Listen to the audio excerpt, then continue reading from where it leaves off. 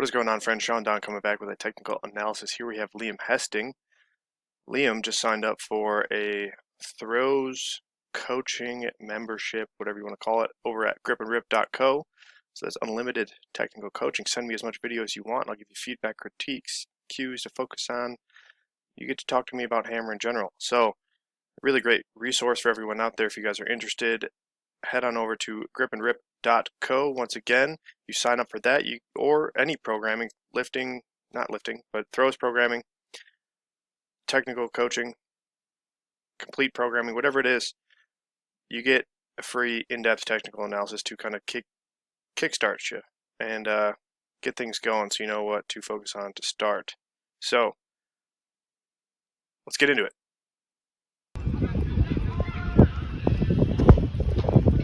Alright, so Liam with a pretty chill 2-line-4 turn. I've already kind of talked to him via text and kind of gave him an idea of what to work on. And so this is just going to kind of be me elaborating on that, Liam. Alright, so one more time. So yeah, the big things I pointed out via text were, so he's facing the right pretty well on this first wind, but then as he steps up, faces the back of the ring, he doesn't really turn back his shoulders as well on the second wind. So you can see that leads to him kind of connecting a little bit late. Hammer doesn't really, arms really don't straighten out until after ball has hit zero. So he's missing a little bit of tension perhaps at the start, and with that, a little lack of tension will lead to a little bit lack of direction. Secondarily, the other big thing I pointed out was that his eyes and head are kind of always down, looking down. I'm not sure if he's looking at the ball. I'm not sure if he's, at this point, you can see he's kind of looking down to the left. And then as the turns go on, his eyes and head kind of stay down, his chest kind of stays down. It looks a little bit tight. Lacking direction, kind of, he like goes down the right sector line first and goes hard down the left sector line the last couple turns. Little hops in there, so gotta stay a little bit more grounded. But yeah, let's. So those are kind of the big things. So I said open up to the right, to your right, facing 270 a little bit more on the second one, which you've already fixed, which is great. Helps you connect a little bit earlier, helps set direction a little bit better. And then with that, like I said, as hammer comes through zero, try to control this left side a little bit, control the head, maybe find a focal point at the back of the ring, or just imagine the hammer going past you and your head staying still. Control your head, be coordinated. It's kind of that simple, but at the same time, it doesn't work for everybody. So maybe find a focal point at the back of the ring, let the hammer pass, and then as you go through zero, I think you need to have a little bit of direction backwards. So I need you to push backwards through this left foot just a little bit. You can see your left side's rotating well. Left side, right side rotating well together. Left shoulder's a little bit up. But I need you to use this left leg, left knee, left hip. Send it backwards towards. So push through, like right in this position right here. Right through here. Push through the inside of your foot backwards to 180. Set the direction a little bit. Because otherwise, if you saw a side view, there's really no backwards direction as the hammer's going through zero. And with that, you're going to get pulled around the left side, as you can see. So if the goal in hammer is to stay centered. So as you come through zero, you're centered here.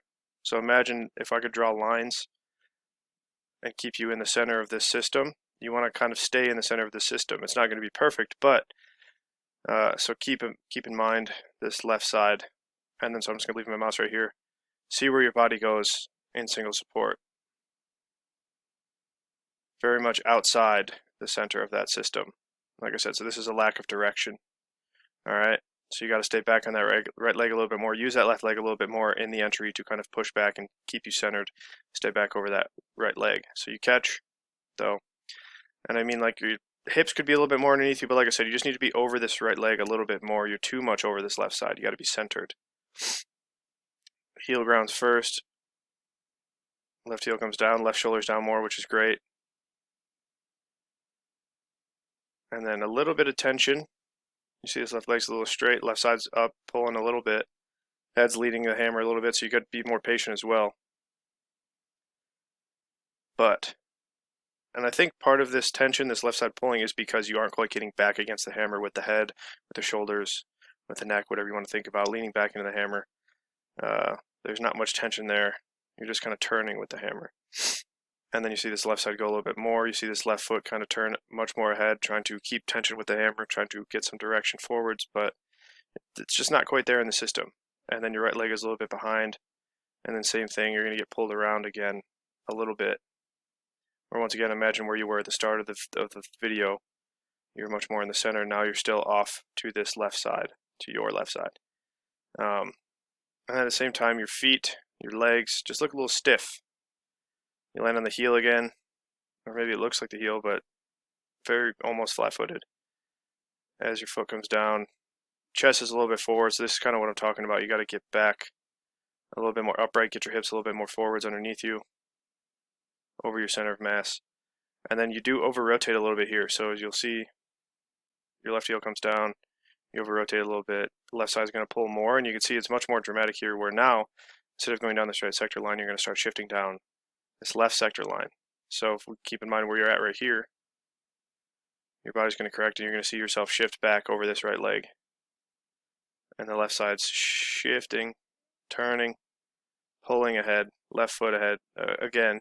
So you got to kind of control that. Hold this left side closed, turn it with the hammer, right leg, left leg together. A little bit of lift up in the shoulders, but arms look a little bit tight here as well. You can see a little slight bend in the arms. Right leg gets left behind a little bit. You catch, over-rotate a little bit more, hammer down more on your right side, chest a little bit down more, hips not quite underneath you. And then like your chest is really getting pulled forwards here. You're fighting back out of it. Left side's going to pull back more. As you can see, left foot's pointed towards 180, right foot's kind of pointed back towards 90, hammer is kind of back towards 90 as well. So you can really see the left side going ahead here. And then the right leg is kind of low and lazy a little bit in single support. And then you get this kind of extraneous where like you can see your quads start to activate and reach forward and step down. And then you catch your latest hips. It's just a very weird position. Doesn't look very balanced, doesn't look very stable.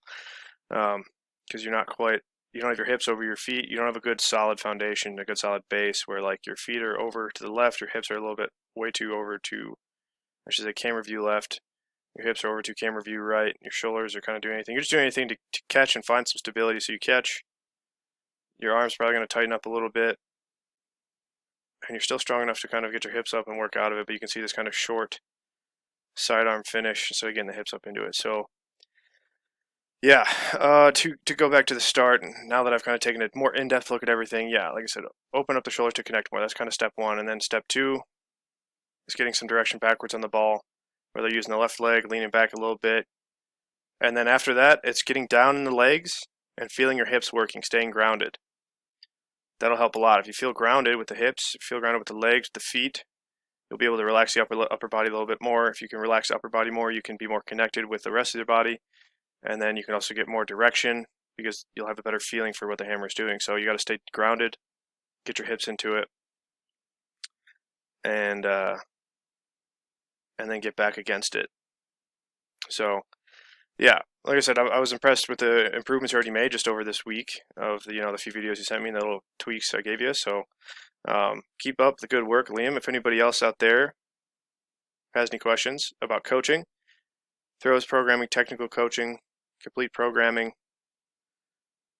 whatever it is, I got you. All right. And Liam, if you have any questions, just shoot me a text. All right. So that's the benefit of signing up for coaching on gripandrip.co is you get to kind of interact with me one-on-one, pretty quick response time via text message. So once again, go check it out, gripandrip.co. If you guys have any questions, do not be afraid to ask. Thank you for watching. Until next time, Sean Don signing off.